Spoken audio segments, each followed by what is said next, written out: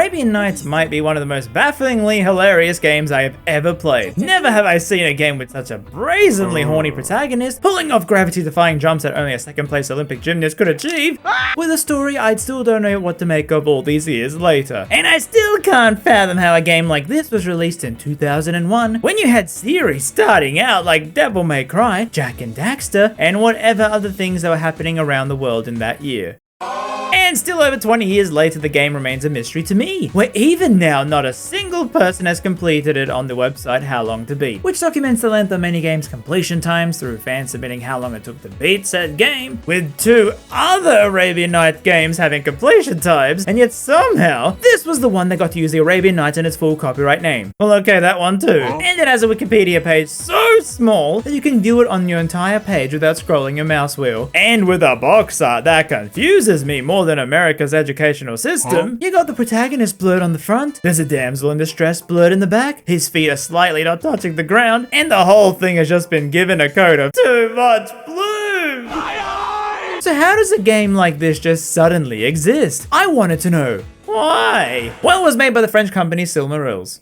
Well, that explains the entire thing then. They made a handful of games in the 90s that were quite unique for their time, and still to this day, they shut down in 2003. I guess even Arabian Nights has blood on its heads. Well, looking into this, despite being a now defunct company, the game was able to be released on Good Old Games in 2019, the online store that focuses more on older titles, and it was very shocking to me that it's run by CD Projekt Red. And even more surprising, I have games already on my account I don't even remember buying. Who's giving me these games? I have a to-do pile? Yes. So I bought the game for $9 dues, and it's funny that when the game was announced it was coming to the store, a lot of the comments were saying it's a knockoff of the Prince of Persia 3D, which also had the subtitle Arabian Nights, and that released 2 years before this one. Now I clearly disagree with this, as it plays a lot more like Tomb Raider with the tank control platforming. I mean, what even are these comments on about? The upvotes came from that speedrun. It's a meme. It's another situation like the Put Waluigi and Smash crowd. I would be surprised if more than 10% of people who voted for Arabian Nights actually had the intent of purchasing it. Well, joke's on you, Fox McCloud, I bought the game. And yeah, like the Fox says, many others, and I found this game with a name so hard to search, what with the term taken over by the Aladdin song, as well as the remake, oh dear Lord help me, Arabian Nights, making it quite hard to find anything about it. There's nothing worse than when Google doesn't help you research a game from the early 2000s. But yes, this is actually how I learned of the game. I was watching a charity speedrun. Yeah, you know, GDQ, the big charity speedrunning event held twice a year where people try to beat games as fast as possible to raise money for charity while having clips online. I would really prefer if you would be quiet. And it's such a fun week to watch people go nuts breaking a game in any way possible. And in 2018, I saw the Coty speedrun Arabian Nights during the nighttime category, which is where GDQ dumps the games that don't draw in the big crowds. Since it runs 24 hours a day, they put all their niche games at night, but they forgot that there's this horrible invention in the world called time zones. Meaning for me down here, this was in my prime time. And I learned about so many obscure games from this block every year. And this was some of the most fun I had watching the event. Seeing the hilarious cutscenes, the things you could do to break the geometry, which olden games were chock full of. Nowadays they'll constantly update games like little babies. Oh, boo-hoo, the game isn't fixed. Well, we gotta make it playable and take years of time and resources to trick audience to buy games early so they don't have to release it later and then can patch it in later. Hey, wait a minute. What are you doing back here? And so with the boost in popularity, GOG put the game on its store. Yeah, I don't know who the money goes to since the company is gone. There's like some guy named Steve at GOG just pocket the profits. Because the devs actually made a new company who make the craziest games out there. Political Sims. With such amazing titles like The Race for the White House 2012 and the banger sequel, The Race for the White House 2016. And oh my god, I can't believe it. So it turns out all their games are now available on Steam with slightly different names. And yes, these are all real games. Steam lets you pay $73 for Power and Revolution 2023 edition. But my god, just stop releasing games for a bit, man! Because I have never seen a game studio release this amount of mixed received games. Consistently and thoroughly. My backyard. I'm so glad I can't afford to cover this. But back to Arabian Nights. Well, the game itself was not easy to remember for me because I actually had trouble finding the game after the run. I mean, it's not like I was actively going to bed dreaming, oh man, I can't wait to think about Arabian Nights tonight. So it was a really hard time trying to find this game, and in the lead up to making this video, I had to scour hours of speedrunning videos to find it. Lo and behold, here it was, and now I can finally experience the most unique game of 2001. Man, they should have hurried up and invented the internet in 2001 if this is what they were selling. So the game's plot is based on the 1001 Nights, which are Middle Eastern folktales, and reading about it, I found it so surprising in that the stories you think would be a part of the original folktales, you know, Aladdin, Ali Baba, and Sinbad, well, they weren't even there from the beginning. And the story is about a king who is mad that his wife is cheating on him, so he kills her. Well, that was quick. Then begins to marry a new bride each night and kills them the next morning so they won't ever cheat on him. Then the vizier's daughter gets married to the king and she tells the king a story but ends it on a cliffhanger each night, postponing the execution for 1000 nights. And I can see some similarities with this game's story where you, big man Ali, with the impossibly built physique and the most authentic of British accents, Two armed arms lead to heaven. must find and rescue 5 princesses across the land, with names like Muscade, Hellebore, Spiruline, Gurana, and Melissa, because the Sultan was granted a wish from the genie that said he would get quintuplets. And according to the laws of the land of the game, they must find a husband for their 20th birthday, and if they have none, they will be stripped of royalty and become a street girl. Because when the Sultan dies, the husband of the daughter gets the throne, but if there are no husbands, the throne goes to the Grand Vizier. So you can sort of see what the plot's gonna be. The Vizier will do something to the princesses to try and steal the throne. Thus, the 5 princesses are missing, and only you, the Chad-strapping Ali, can save them from such things as... Yeah, so the plot is kind of those fantasy power trips where Ali really likes the idea of having 5 19-year-old brides in all the polygonal glory, and thus begins his quest through the game. And the game is actually quite amazing that in 2001, you could pull off moves like this, or have an almost working skybox trying to emulate a Renaissance painting in the sky. Well, also there's these immersed areas that are all interconnected, and you have them linking back to each other just like a Souls game. And we get greeted with a title screen, which is so amazing. I swear every time it moves, you get jump scared with new characters. Either someone trying to horny bait, to this guy, to then the best character in the game.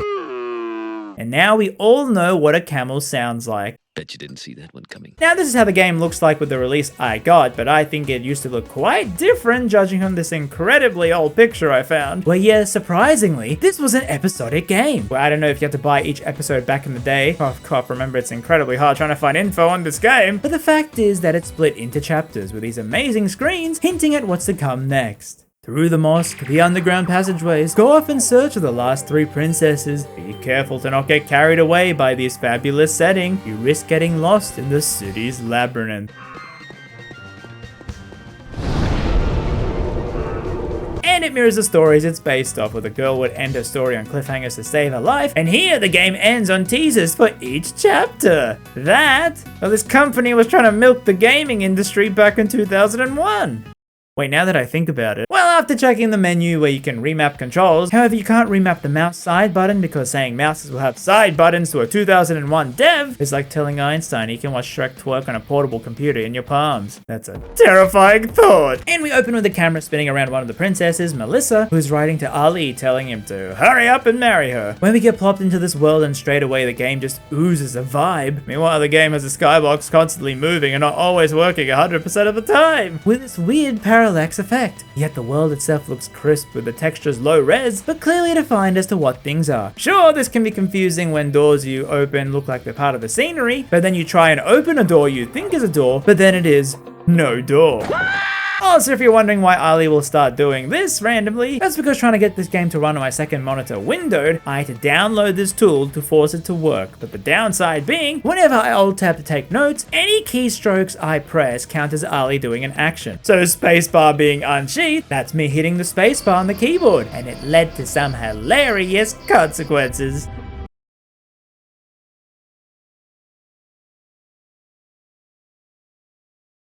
Also on default, pressing Alt is jump, but when I press it, it goes into the menu of that launcher in a weird way, so I had to change it to 5 on that number pad. That plus the movement not being WASD, but the arrow keys meant that my left hand is over here, while I aim with the mouse and jump with 5. All the while I'm trying to figure this all out while Melissa is screaming non-stop in the background. But Ali is motivated in that, 2 jumps like he's from Assassin's Creed, leaping forth a tremendous amount, and you also get a second version of the jump, a longer one, which I actually don't know how to make work 100% of the time. And after bumbling around, I knock over a tombstone to get a gem, which by pressing the very convenient key of F1, my entire body fixated to the right side of the keyboard, you can use the magic. Man, Goku got nothing on Ali. And you got your health bar being a literal heart, your magic bar here, and both can be refilled with these vials, as well as picking up food off the ground to get back more health, while also using throwing knives to hit far away objects, and if you hold it down, it strengthens Ali's muscles to throw the knife even further. It's quite insane how there's already so much to this combat, while the main actual combat is just you swinging the sword, and I can't stress how it's so janky it never worked as intended, leading to fights looking like this!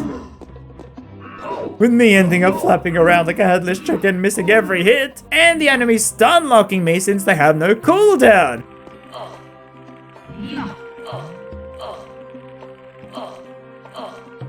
This is so unfair! Luckily though, the big grace is that you can press F5 and quick save anywhere. Oh sure, anywhere does also mean you can break the game, where here I saved while I was running, so when I reloaded, Ali would not stop running when my 5 wives are calling me to bed. But you can save anywhere you want, and that I do with the most trustworthy of save names. But with the combat, you also have enemies who are short in height to your swings, like rats or these people on carts who also block when you hit. So half the enemies I couldn't even hit. But apparently you can time the swing to make sure it hits them. How do I know this? The one Russian Let's Play showed me, which is one of 2 entire Let's Plays on the entirety of YouTube, both in Russian. Gee, it's like no one even heard about this game. Who would have guessed? But you can also sheath your sword and kick the enemies, and that still doesn't work. Well, thank goodness for bombs. You want it? Well ahead, a mysterious figure pretends to be the princess, and with this cutscene, it fully encapsulates Ali as a character. My heart trembles for your beautiful eyes, Ali. Yeah, a game like this ain't ever getting made now. So after smacking the enemies as best I could, you gotta jump into this building. We're trying to jump properly being another Herculean feat, where you press jump but you have to hold the button to hang onto the ledge, meaning it was probably not the best idea to make 5 be the button I had to press. However, you can see how crazy this was technically for a 2001 game, with the glass breaking into so many pieces and staying loaded in afterwards. Even that Dark Souls reference was apt. When you defeat enemies, they stay defeated on that level, letting you roam about the map freely without getting attacked. Now at times, Ali will find these notes from the enemies, which you can see in your inventory, that you bring up with the tab button, and pressing enter uses items, which is why when I was alt-tabbing to take notes, every time I press tab then enter, I would use items in the game accidentally. However, Ali can also read the signs in the world, Duo brachia armata. and here is the first puzzle with what you're meant to do is interact with the arms of the statues to open the door. And now on said rope you have to climb up, but oh no! Gotta make it quick. How will you escape? Surely there's a button to jump off the ledge. You turn sideways, hold the jump button while holding left or right to sideways jump out. Yeah, for all the cool tech this game had, it had some baffling decisions, making you do all these button presses. Come on, it's a PC only game. You got plenty of free keys. Surely you couldn't program one different key to be a get off the rope button. See, I'm making a big deal of this because it's going to come up later. Oh yeah, dying takes you back to the main menu, so you better be constantly saving as much as you can. So yeah, I head through and this stupid bozo doesn't realize Melissa is under the bridge.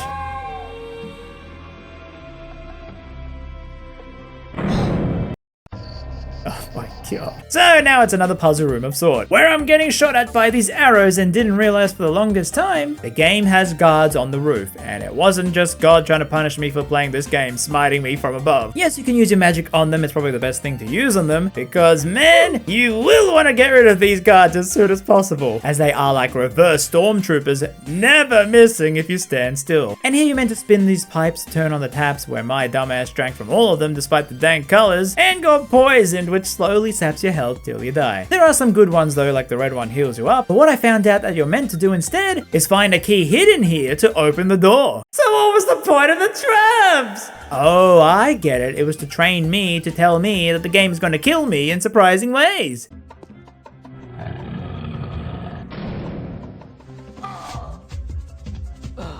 However, one tap is important, which is a feature that comes up later in the game, where these fountains will give you a cutscene showing a memory of the other princesses, as a way to motivate Ali seeing his potential brides. And man, I know it's like a harem fetish thing, but props to them for being diverse in the future wives with the character designs. All 10 polygons of them. Dude is living his dream life. Oh man, do these cutscenes go on forever? Oh sure, the music is amazing, yet I think it was mostly done for a crowd in pre-internet 2001. I mean, when your options were to open a magazine with still images or watch this for 30 seconds. You be the judge what's going to be better for a 2001 gamer. Well, you get to a room that will test your polygonal abs, where after jumping onto a ledge, you have to cross a tightrope where Ali will snap to it, and moving forward slowly, he will lead over and you gotta tap the other direction to help him out. Well, after falling into a tomb, you end episode 1 with the most amazing title screen, and immediately start episode 2 where Melissa somehow gets captured again. Maybe the devs forgot in between the chapters what happened to her.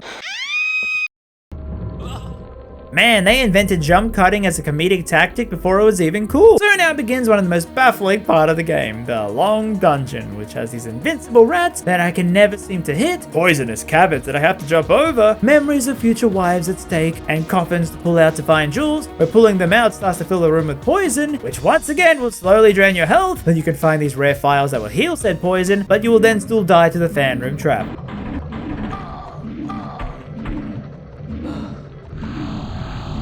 So yeah, this is where the trial and error comes in, but also puzzle solving, where you gotta press the moons in order to stop the fan. And shout out to this guide by Game Boomers, who actually have a written guide, complete with physical puzzle drawings, just how you would back in the good old days. Ah, heck yeah. Well, after completing the long dungeon, which has you picking up puzzle hints, causing Ali to stop and read it aloud. Diamonds, take care to note the 4 names on the pillars of the royal tomb. Then realizing to escape the poison room poisons you, Ali has to push the coffins back in so the door will open, very Indiana Jones-esque. All this to put gems into a thing to give you a ring. And what does the ring do?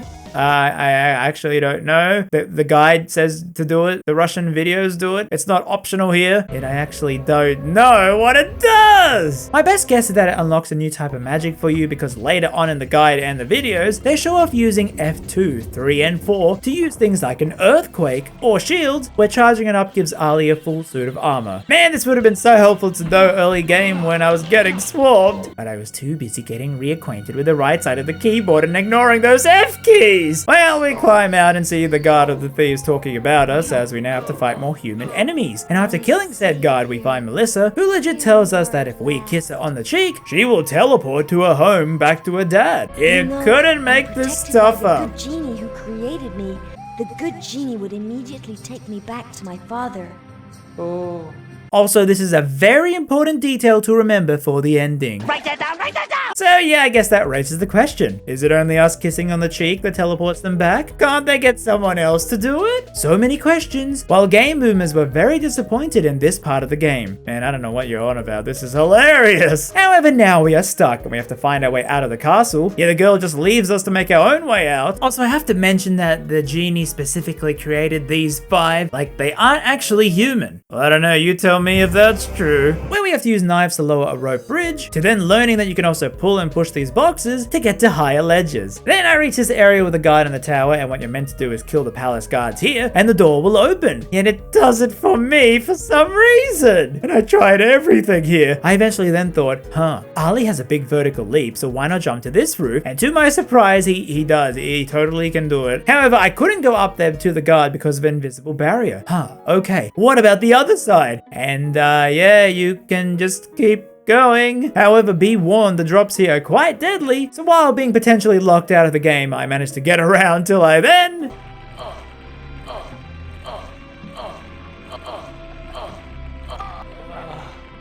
Yeah, so in this room, you gotta place the tablets into the grooves, which you all find around in this big area, alongside another fountain of another princess.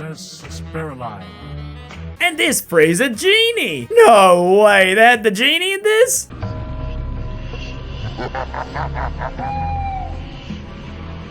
Gee, isn't that ominous? And we finish episode 2. So in episode 3, I have to enter the palace without anyone killing us, and the types of enemies you find are these people who I don't think are part of the guards, but then you do fight the guards, and then a crocodile lizard guard man?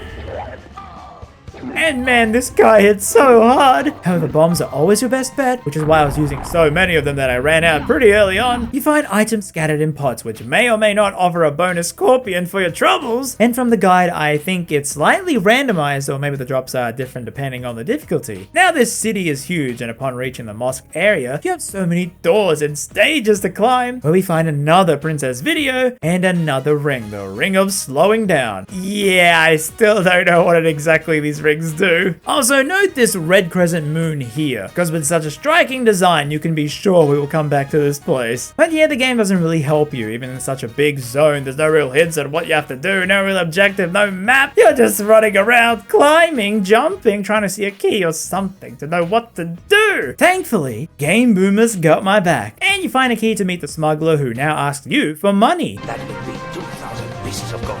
1,500. 1,800. 1,700. 1,750. 1,725. 1,735.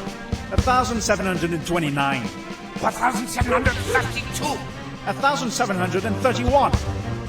Man, this is so goofy. It's like it's got such a horny premise, this game, but the dialogue makes it feel like right at home on a Saturday morning kids cartoon show. Well, with the price needed, yes, you actually need to find that amount of gold, and I don't know if you can get soft locked, but buddy, I was really close to being. Running around this level just trying to find the remaining coins, and you usually get them from killing people as they drop onto the ground, and you have to manually walk over them to pick up with a really nice sound effect.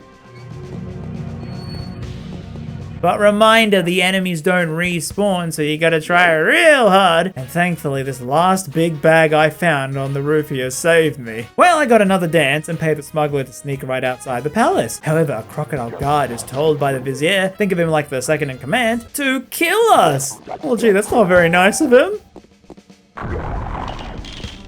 Well, we go in to see Melissa all safe with her dad, the Sultan. Also, the guide says to not kill the guards here as they don't attack you. But then, why would they attack me outside? I mean, I just literally busted through here. I could be here to kill the king. You don't know that. Well, pretty much the gist is that the Sultan here says we can't marry Melissa until we find the other 4 princesses. And if we achieve that, we will get to marry them all. And when he dies, Ali will inherit the throne. Gee, that's a lot of reward for some smug guy you barely know. The vizier is clearly pissed, and it's pretty obvious that he wants the throne, and has removed the princesses so that when it's their 20th birthday, no one will be able to find them, so they will be disqualified and he will get the crown. Well, now we can explore the palace where the guards will attack us, but Ali finds another genie who looks completely different to the first genie. Gee, Arabian Nights, how come you get 2 genies? And yeah, he actually gives us a mini game where you smoke and the camera goes wonky, and before the timer runs out, you have to hit these heads that fly around. And yeah, it's hard trying to hit these bozos, but then I realized the bomb is the best thing ever in this game and took them out in one go. And for that, we get a ring.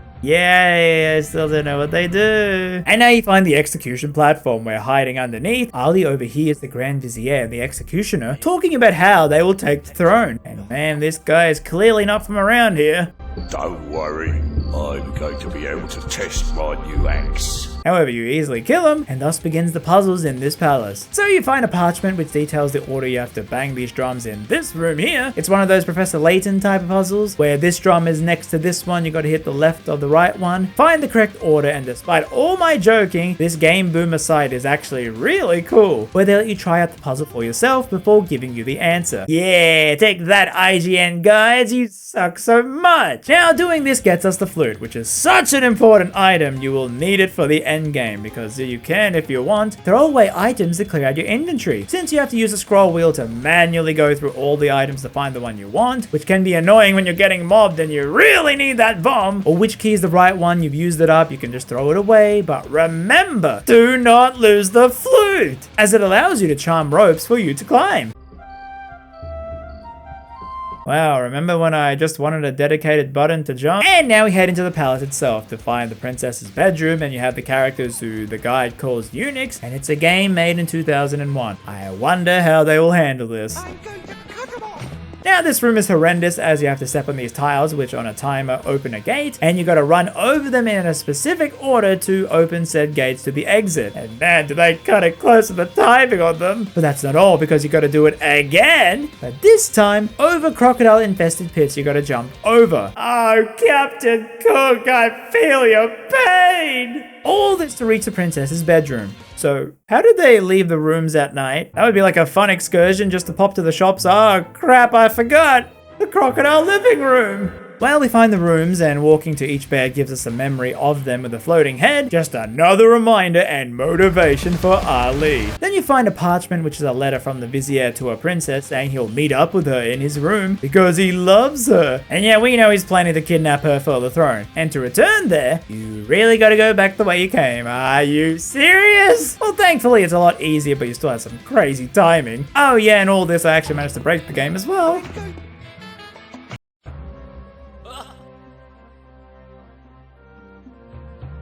Well, in the letter, the vizier said to the princess to meet in his room, and I mean, she's maybe a little dumb for believing this totally trustworthy guy, so you gotta open his secret room where you have to pinpoint throw this knife onto the dove's eye. Thankfully, if you miss the knife, you can just pick it up in the world again, and you see that the princess is brainwashed by the vizier, and you have to copy her dance to free her. It's a lot of trial and error pressing the directions and jumping, but you're not penalized. It seems to work if you do a few of them correct in a row. Doing so saves her and ends episode 3. He has numerous qualities, and I think that the 5 rewards that are promised will give him a great deal of energy. So we have to find the last 3 who are far away from the palace, but the game ain't got no teleport. You have to physically walk from the palace, seeing all those same areas now connected in the daytime. Gee, maybe we should have been the princess instead and have someone kiss us. And the guide here actually says to kill all the civilians because that's the best way to get the money. Well, it's harder than it looks. Well, you're now gonna fight your way out of the palace. Also, yeah, the quick saving is still busted. We're now here somehow, both of us are invincible and we can't hit each other. Then I climb up here and think, gee, that ledge sure looks reachable. And it is feasible since if you hold jump after a jump, Ali will try to do this thing and cling to most walls. And yep, I get out of bounds. This NPC just chilling in the void till I clip through the floor and realize I'm stuck. Wow, if only this game was made for speedrunning. Well, the next part we find a fortune teller who, to reveal the princess's locations, needs 5 crows, and you actually have to find 5 crows to kill and bring their bodies back to him. The best place is over here as you wait for them to land before a magic fireball, then back at the fortune teller. I see an evil spirit. I see. Oh, varicose veins. Lots of varicose veins. Oh, hemorrhoids. Gee, I knew going to the doctor's was a bad idea. And now you head back to the Red Crescent Moon Room. Oh yeah, I told you to remember that. And head down into the tombs where you find more enemies and even more instant death traps. We gotta get these stone tablets of the sea here and speak no evil and place them in order to escape this room. Push some buttons and unlock the ring. Yep, another one, I don't know what it does. This then has a teleporter into the Sultan's gardens where you find one princess just crying, saying she's meant to marry the first person she meets, but she doesn't want that. She wants it to be us, but only if we can bring her 5 rare flowers. Gee golly, I sure hope this will be an easy and fun time. Well, the first is a singing reed where you gotta jump over pits and crocodile waters to find this reed. And man, how would you even know this is the right thing? And then go all the way back to pushing these flower pots around like a puzzle to make your way through before entering the greenhouse and gardens, where you meet the palace gardener. La la la la la la la la la la la. And he wants Ali to find some things for him, thus beginning the long quest, running back and forth finding these items. Yes, this part is so long it goes over an episode part. Oh yeah, the AI of the enemies wasn't always the best. It's like when they notice you, or you get into their zone, leading to many getting stuck on the walls, like this cobra here never harming me because he was stuck in an infinite loop. But then you also get other glitches like here, I couldn't even pick up money, meaning I'm broke forever. To then here, I got stuck underneath and didn't know how to get out, so decided to see if there was a crouch button only for the PC controls to not display what the keys are. And randomly the camera will shift at times here, becoming tank controls. Yeah, don't read the parchments here. less than 10 jujube seeds. Well, eventually you gotta go here with a bucket, and picking it up means you actually can't open doors. So you gotta put it down, open the door, and pick it back up, and you can't run either to go over here, fill the bags of water, which opens a tiger gate, and thus the episode ends with 2 music tracks playing over each other. And we need this pear for the gardener.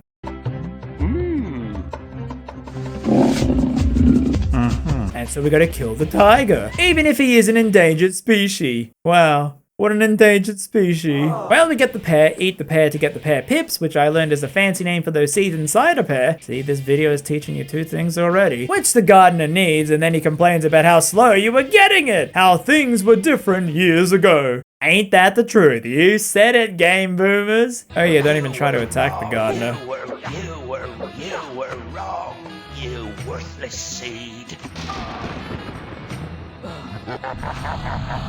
Gee, I wonder why he's so special. Well, so you gotta go in here and find more of the flowers by then jumping through all these platforms, fighting all manner of creatures, including this insane one. Then finally getting the flowers, which one of them involves you creating it from seeds with this recipe in a parchment. And one place involves the Sultan's private gardens, which has you after killing all the guards. Keep in mind I am running very low on supplies. You then have to pull the baskets here to summon a rope with the flute, to climb and do a horizontal leap, which you don't have a dedicated button for.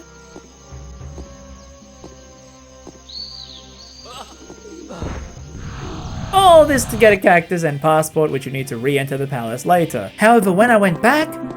No point in continuing. Spiraline is bound to make a scene if I don't bring her the complete bouquet. Oh my god, I forgot one of the flowers! Because I did get it once, but then I reloaded as I died and forgot that I didn't pick it up again. So I had to go all the way back. And mind you, there are scorpions which will attack you no matter what, even if you're in a cutscene using a crank. And these homing bees which will attack you no matter what. Why are there homing bees? And of course, they are too small for Ollie to even hit them. Well, luckily you can still pick up the flower and you're not self-locked. So then you head back and the princess is so wooed by a cactus, she accepts you as her husband, giving you a kiss.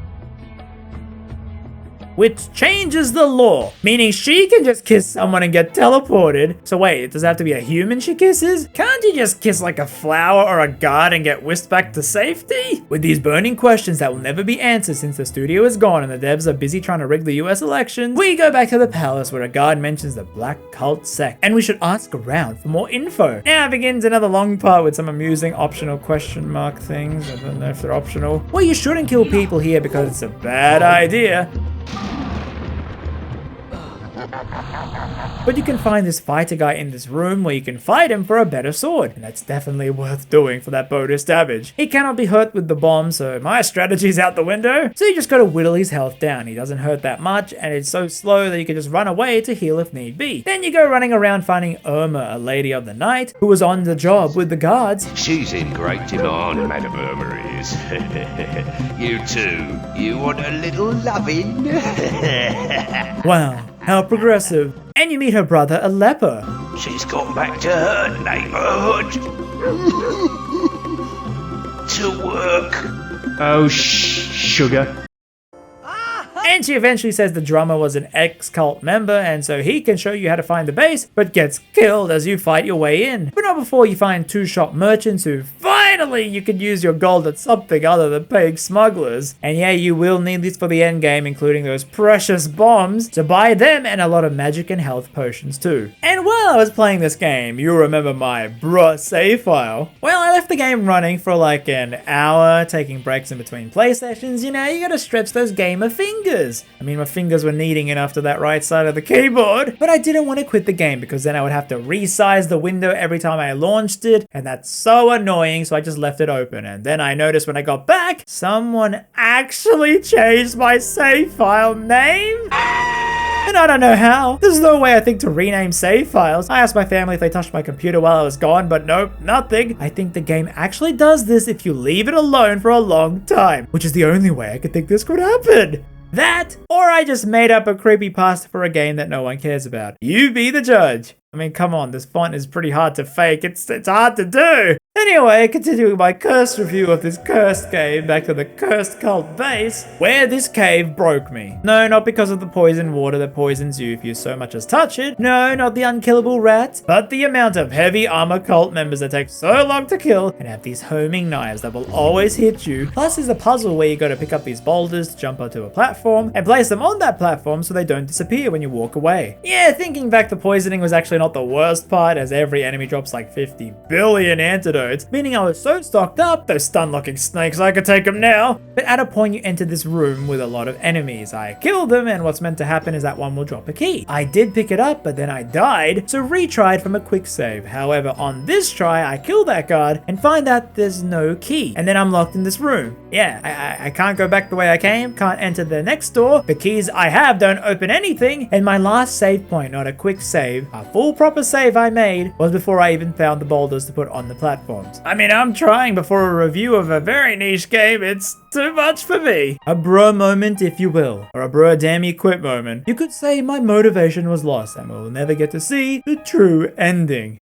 That is, if not for the game letting you start the episodes anyway! Meaning I could just use the game save files and start the final episode, skipping over this little part of episode 5. Yay! Spoilers, by the way, if you want to avoid that. Well, the gist of what we missed is that Ali saves the princess from the cult, and the final one is kidnapped by these people in a cave, and we need a camel to reach it, hence camel main character. As episode 6 starts at the cave, which is incredibly confusing with a lot of enemies and surprise holes in the floor, which you get around by jumping on the side, which just seems like odd game design because Ali can jump that far, but not far enough, so you gotta break the design to survive. And eventually you find your way to the head guy who sends 2 strong enemies after you while hitting us with a reverse magic that reverses your controls. And I don't think I need to say how annoying that is to me with my hands on the right side of the keyboard. The best way I found was sneakily taking out the guards or drawing the guy over with magic so you can kill him closer to you. And if you charge up your own magic, you make it stronger, and that takes care of the guy. And you get a ton of money here before reading a parchment, which says they were going to give the princess to some guy for money, but then the Medusa of the cave wanted the girl, so as to not get turned into stone, they gave the princess to that monster instead. So now we gotta go further in, jumping past this insta-death water, where the controls are honestly so floaty and laggy. There were many times I would tap a button, and Ali would sprint forward to his death. While pressing attack a few times, it will charge up a lot of attacks that you can't exit out of. So after this section, you fight a huge beast, but it's pretty easy with some knives, and then fight Medusa, who will actually turn you into stone if you look at her. However, the guide now recommends I hold F3 twice to give Ali super armor, which protects him from big damage and allows you to walk up close and whack Medusa to death. Ali then saves the final princess with a kiss. And now I'll have all the little princesses just to myself. And thankfully, the game teleports us back to the palace, where you should use all your money to buy everything you need for the final boss. Well, you head into the palace to find the vizier who says the cult kidnapped the sultan, and he's gonna blame it on Ali and tries to kill us. So just head out the door, apply a super armor, and kill him as he teleports around the room. However, he is not the final boss. The vizier drops some parrot seeds, who you use on the parrot in his room to ride a magic carpet, what am I saying, to the cult's base. We now gotta fight so many of them, however they are a lot easier with this shield and new sword I got. Plus I learned there's a lightning ability with F2. And in the next room you meet the gardener, who reveals himself to be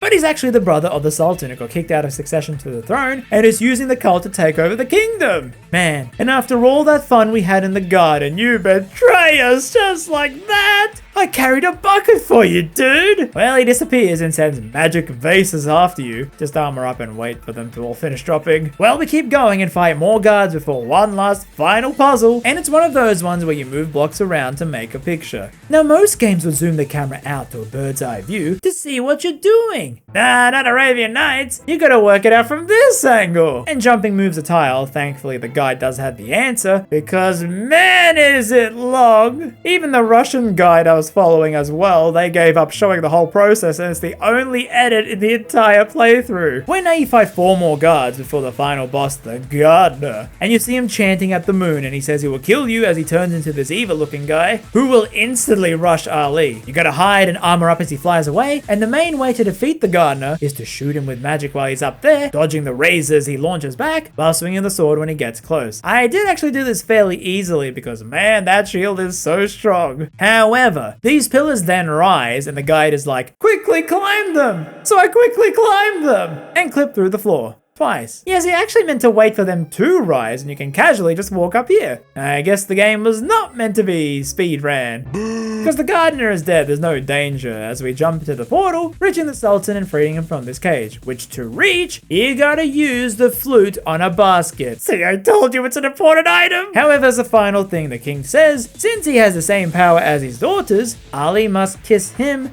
to teleport him If back? that's not too much to order. Wow, on the lips too, how progressive. That prickles. I'll make up for it with my little babes. Man, never change, Ali. As he rides the carpet, excited to return to his harem, who we then see doing a dance surrounding him, and the game's amazing credits roll.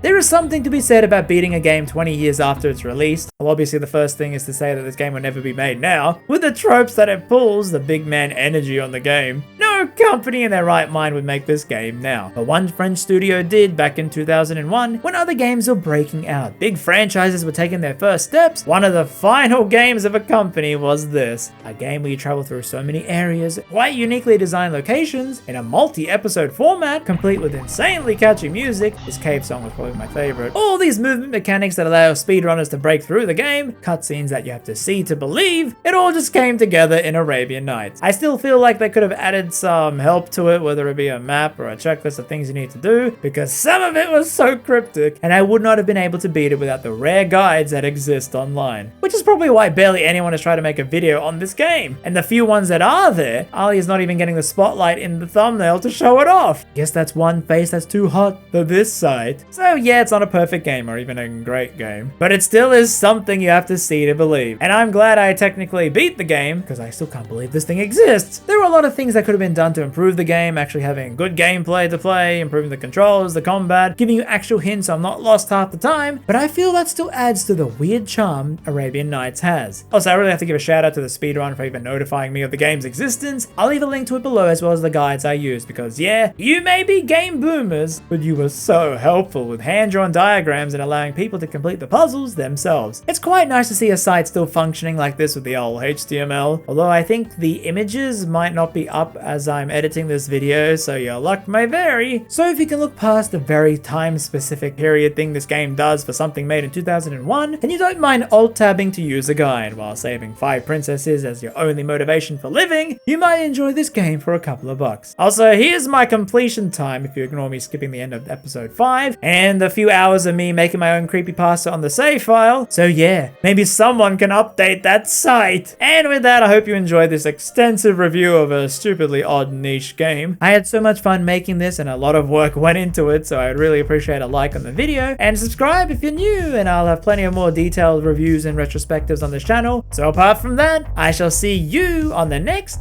video.